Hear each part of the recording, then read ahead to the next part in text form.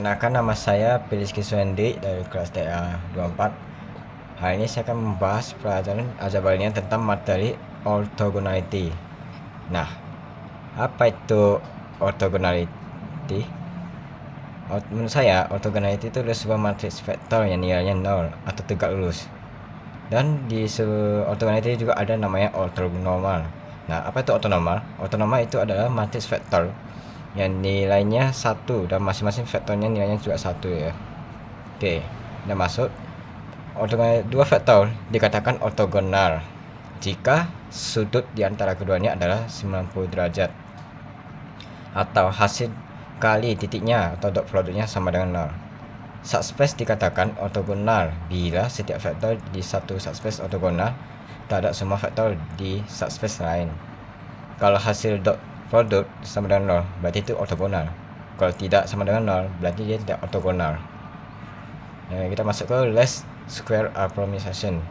Nah, di sini least square approximation memiliki masalah awal sistem AX sama dengan B tidak punya solusi tepat karena matriks A punya kolom yang independen tapi tidak penuh baris. Dia kedua, menjumlah persamaan atau baris lebih banyak daripada jumlah variabel atau kolom. Yang ketiga, tidak ada X yang membuat AX sama dengan B benar 100%. Yang keempat, maka tidak kita cari X yang mendekati, yaitu membuat AX paling dekat ke B. Least square approximation memiliki arti seperti mencari garis terbaik yang mendekati semua titik data, memproyeksi vektor B ke bidang C atau A, mencari kesalahan terkecil atau jarak terpendek pada vektor E. Membuat ortonormal. Sekarang kita masuk ke membuat ortonormal matriks 2x2. Ada dua cara mengecek apakah matriks A merupakan matriks ortonormal. Yang pertama, pendekatan operasi matriks, yaitu AT dikali A sama dengan I. Atau yang kedua, pendekatan vektor atau kolom, yaitu dot product sama dengan 0 dan panjangnya itu sama dengan 1. Ada dua tahapan. Yang pertama, proyeksi membuat tegak lurus sehingga basis ortogonal. Yang kedua, normalisasi menggunakan vektor satuan sehingga basis ortonormal. Kita masuk ke status inverse matrix. Matriks dengan berukuran M kali N artinya ya M sama dengan itu jumlah baris atau banyak persamaan linear. Yang N itu adalah jumlah kolom atau banyak variabel. Yang L atau length ya artinya banyak independen. Bila ada persamaan AX sama dengan B, sudah dipastikan bahwa mendapatkan nilai X dengan cara mendapatkan inverse matriks A, yaitu dengan X sama dengan A-1 B kali titik B.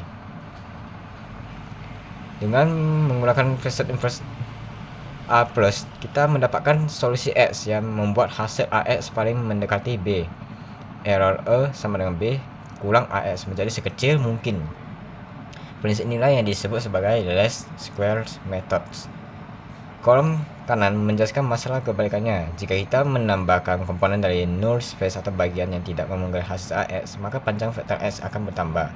Ini sebenarnya disebut oversize problem karena bukan meminimkan panjang tetapi justru menambahnya. Jika length matriks A lebih kecil dari jumlah baris dan kolomnya, atau L lebih kecil dari M dan R lebih kecil dari N, maka tidak ada inverse atau satu sisi. Namun, jika tetap dapat mencari vektor X sama dengan A tambah B yang membuat error E sama dengan B kurang AX sekecil mungkin dari semua solusi yang menghasilkan AX dan error yang sama, vektor X plus memiliki panjang atau norma terkecil. Itulah mengapa X plus disebut minimum norm least square solution. Sekarang kita masuk ke masalah yang tidak bisa dibuat oleh inverse matrix. Masalah awalnya ketika matriks tidak bisa dibuat inverse matrix.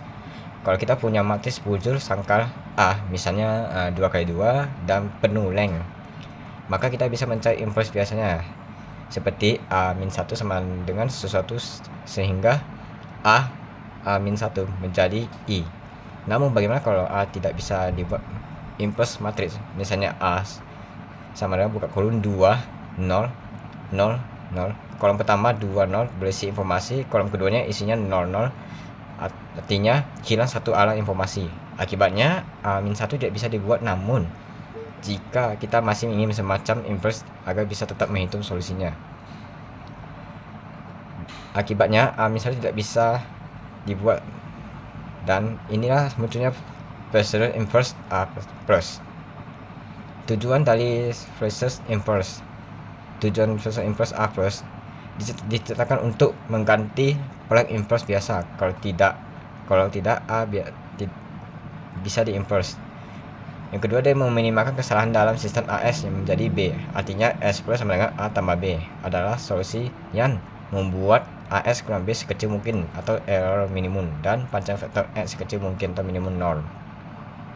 Syarat yang harus dipenuhi oleh sub inverse itu ya, agar sub inverse benar-benar punya makna seperti inverse, maka A plus harus memenuhi 4 syaratnya itu. Yang pertama, A plus A sama dengan A, yang artinya A plus bisa mengembalikan efek A.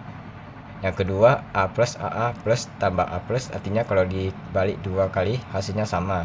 Yang ketiga, buka kurun AA plus tutup kurun T sama dengan AA plus, yang dimana proyeksi AA plus harus disimetris. Yang keempat, buka kurun A plus A tutup kurun T sama dengan A plus tambah A, proyeksi A plus A juga simetris. Dua syarat terakhir ini memastikan hasilnya proyeksi tegak lurus ortogonal. Oke, itu saja materi yang saya sampaikan hari ini. Semoga bermanfaat dan terima kasih.